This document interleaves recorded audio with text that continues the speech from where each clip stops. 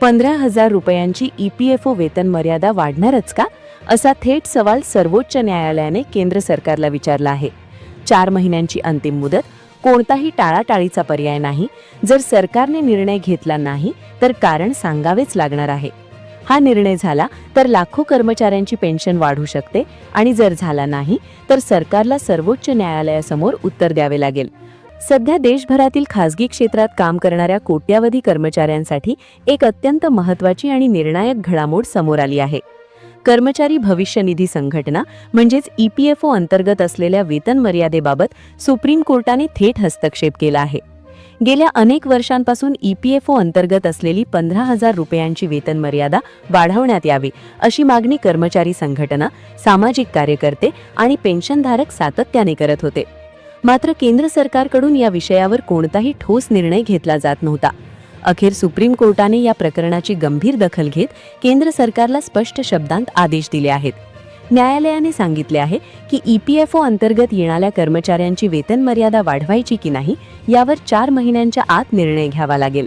यासोबतच हा निर्णय नेमका काय आहे, किती वेतन मर्यादा वाढवली जाणार आहे आणि त्याचा फायदा किती कर्मचाऱ्यांना होणार आहे याची संपूर्ण माहिती सुप्रीम कोर्टात सादर करावी लागणार आहे.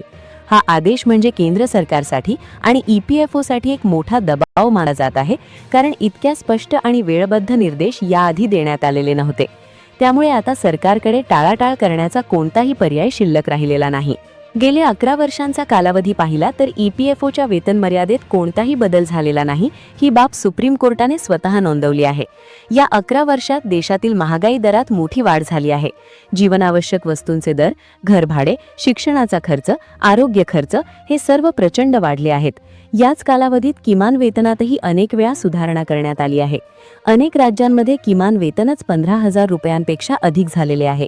प्रतिव्यक्ती उत्पन्नामध्येही लक्षणीय वाढ झाली आहे. मात्र या सर्व बदलांच्या तुलनेत EPFO अंतर्गत असलेली वेतन मर्यादा मात्र जिथेच्या तिथेच अडकलेली आहे. न्यायालयाने स्पष्टपणे म्हटले आहे की आर्थिक निर्देशक बदलत असताना सामाजिक सुरक्षा योजनांमध्ये बदल न करणे हे अन्यायकारक ठरते. EPFO ही केवळ बचत योजना नसून ती कामगारांच्या भविष्यासाठी असलेली सामाजिक सुरक्षा योजना आहे. त्यामुळे तिचे नियम काळानुसार अद्ययावत करणे गरजेचे आहे, असे निरीक्षण सुप्रीम कोर्टाने नोंदवले आहे.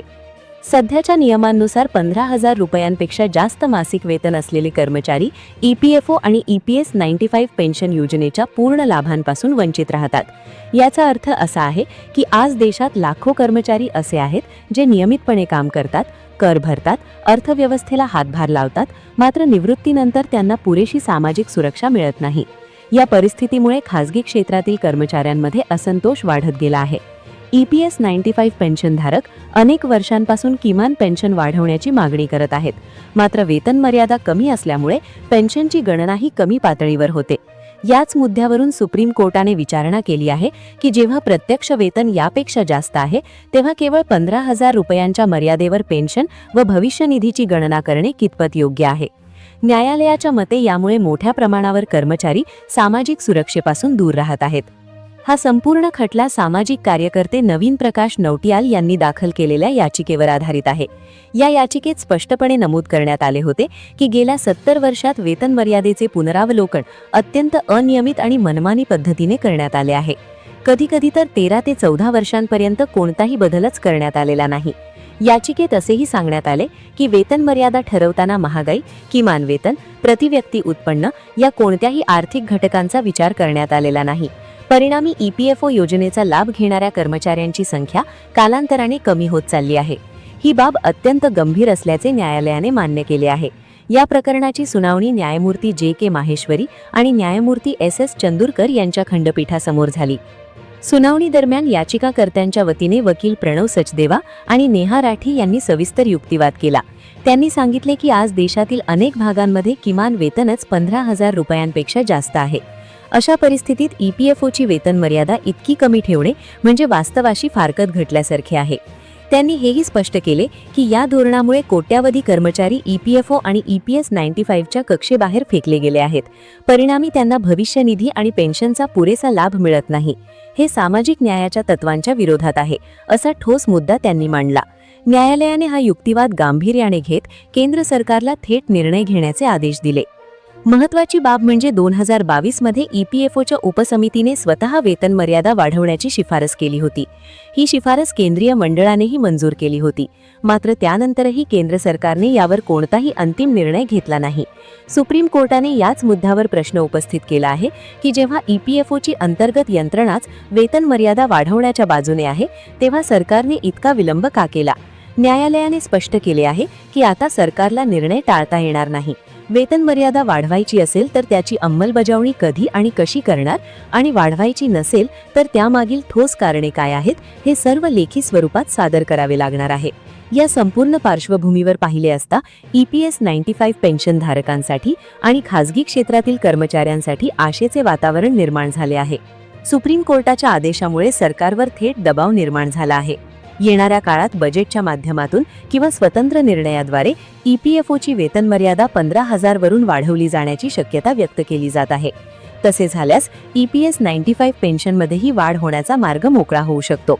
कारण वेतन मर्यादा वाढली तर त्यावर आधारित योगदान आणि पेन्शन गणना दोन्ही वाढतील.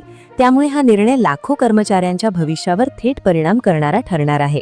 आता सर्वांचे लक्ष केंद्र सरकारच्या निर्णयाकडे लागले आहे आणि पुढील 4 महिने EPFO आणि EPS 95 संदर्भात अत्यंत निर्णायक ठरणार आहेत. एकूणच पाहता सुप्रीम कोर्टाच्या या आदेशामुळे EPFO आणि EPS 95 पेन्शन संदर्भातील विषय आता केवळ चर्चेपुरता मर्यादित राहिलेला नाही, तर तो थेट निर्णयाच्या टप्प्यावर येऊन ठेपला आहे. गेली अनेक वर्षे प्रलंबित ठेवलेला 15,000 रुपये वेतन मर्यादेचा मुद्दा आता केंद्र सरकारला टाळता येणार नाही, हे या आदेशातून स्पष्ट झाले आहे. न्यायालयाने दिलेली 4 महिन्यांची मुदत ही केवळ औपचारिक नसून सरकारने ठोस भूमिका मांडावी असा थेट इशारा आहे. वेतन मर्यादा वाढवली जाणार असेल तर ती किती वाढवली जाणार, कधी लागू होणार आणि त्याचा लाभ किती कर्मचाऱ्यांना मिळणार, याची स्पष्ट माहिती सरकारला द्यावी लागणार आहे. दुसरीकडे जर वेतन मर्यादा वाढवण्याचा निर्णय घेतला नाही तर त्यामागची कारणेही सरकारला सुप्रीम कोर्टासमोर स्पष्ट करावी लागणार आहेत. त्यामुळे कोणत्याही परिस्थितीत आता निर्णय घ्यावाच लागणार आहे. याचा थेट परिणाम EPS 95 पेन्शनधारक, खासगी क्षेत्रातील कर्मचारी आणि भविष्यात EPFO अंतर्गत येणाऱ्या नव्या कर्मचाऱ्यांवर होणार आहे. अनेक वर्षांपासून सामाजिक सुरक्षेपासून वंचित राहिलेल्या कर्मचाऱ्यांसाठी हा निर्णय दिलासादायक ठरू शकतो. आता सर्वांचे लक्ष केंद्र सरकारच्या पुढील पावलांकडे लागले आहे. येणाऱ्या काळात बजेटमधून किंवा स्वतंत्र अधिसूचनेद्वारे EPFO वेतन मर्यादेत बदल होतो का, EPS 95 पेन्शन वाढीचा मार्ग मोकळा होतो का, याकडे देशभरातील कोट्यावधी कर्मचारी आणि पेन्शनधारक डोळे लावून पाहत आहेत. सुप्रीम कोर्टाच्या या आदेशानंतर EPFO आणि EPS 95 संदर्भातील निर्णय लांबणीवर पडणार नाहीत, इतके मात्र निश्चित झाले आहे. आता निर्णयाचा काळ सुरू झाला असून पुढील काही महिने खासगी क्षेत्रातील कर्मचाऱ्यांच्या भवितव्यासाठी अत्यंत निर्णायक ठरणार आहेत.